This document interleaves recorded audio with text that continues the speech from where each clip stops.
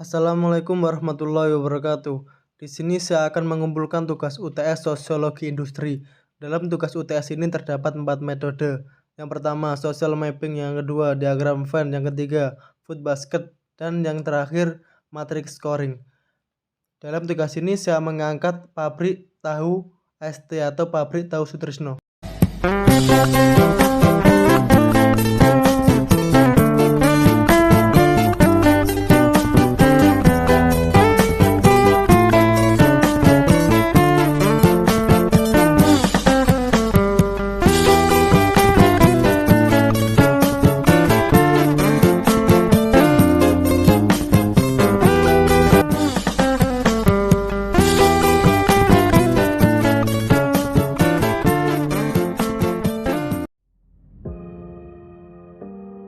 Metode social mapping. Di sini saya akan menjelaskan metode social mapping pada pabrik tahu ST atau pabrik tahu Sutrisno.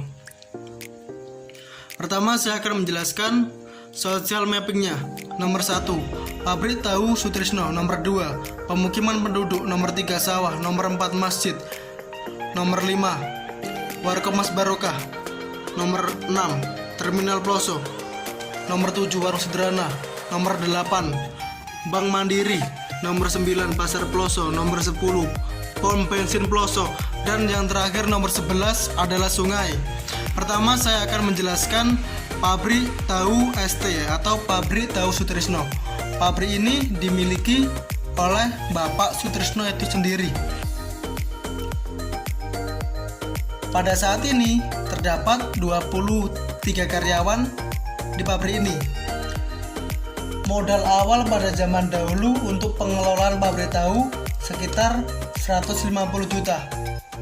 Tetapi pada saat ini modalnya kurang lebih 300 sampai 500 juta.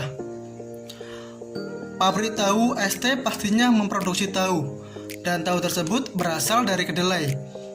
Jadi, relasi pertama adalah sawah atau petani.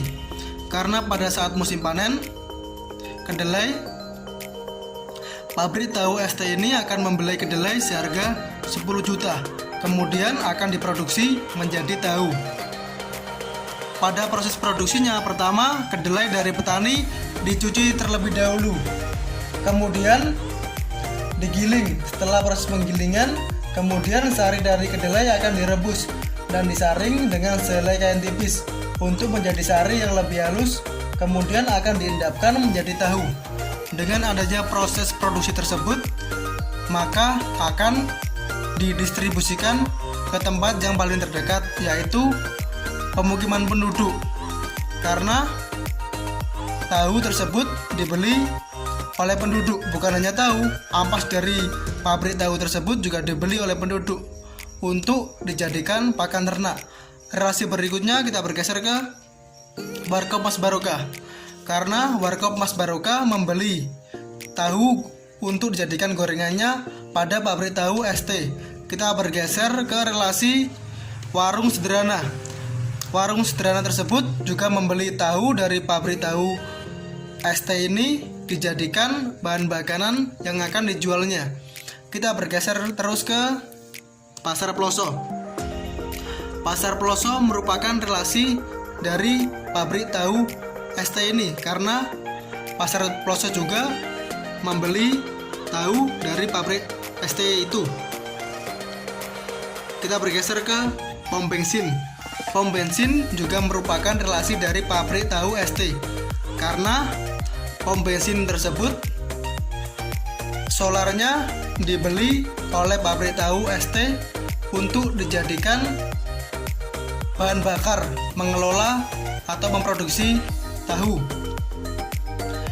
Masih di sini digunakan untuk tempat beribadah para karyawan. Bank Mandiri di sini dijadikan oleh pabrik tahu ST apabila modalnya berkurang.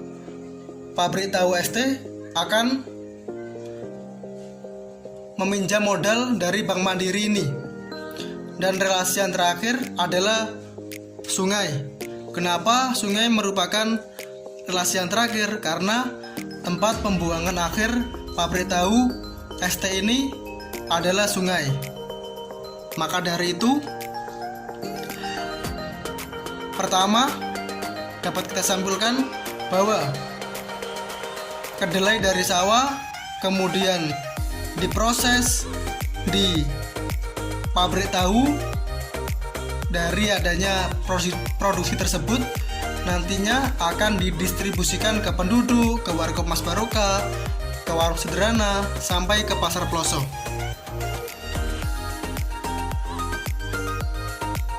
Saya lanjutkan ke metode berikutnya.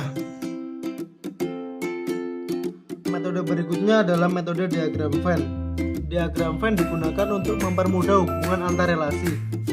Dalam diagram Venn terdapat modal, bahan baku, relasi, serta gaji karyawan. Gaji karyawan pada pabrik tahu ini adalah 75.000 setiap harinya dan tergantung produksinya juga. Dalam diagram Venn juga terdapat lingkaran yang terpisah, yaitu kendala serta kebutuhan yang diharapkan oleh pemilik pabrik. Metode berikutnya merupakan food basket. Food basket merupakan pola konsumsi pemilik pabrik tahu ST atau pemilik pabrik tahu Sutrisno dalam mengelola pabriknya. Pola konsumsi yang pertama adalah kedelai.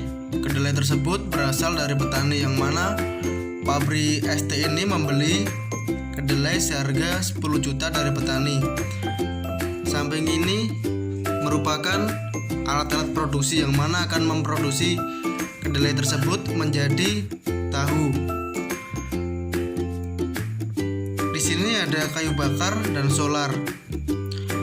Dari bahan tersebut digunakan sebagai bahan bakar untuk memproduksi tahu. Dan terakhir, pola konsumsi pada pabrik ini adalah karyawan. Karyawan pada pabrik ini sehari digaji 75.000. Tergantung pada produksi yang dihasilkan setiap hari. Metode yang terakhir adalah metode matrix scoring. Dalam metode ini melihat skala prioritas permasalahan yang dihadapi oleh pemilik pabrik seperti berikut ini.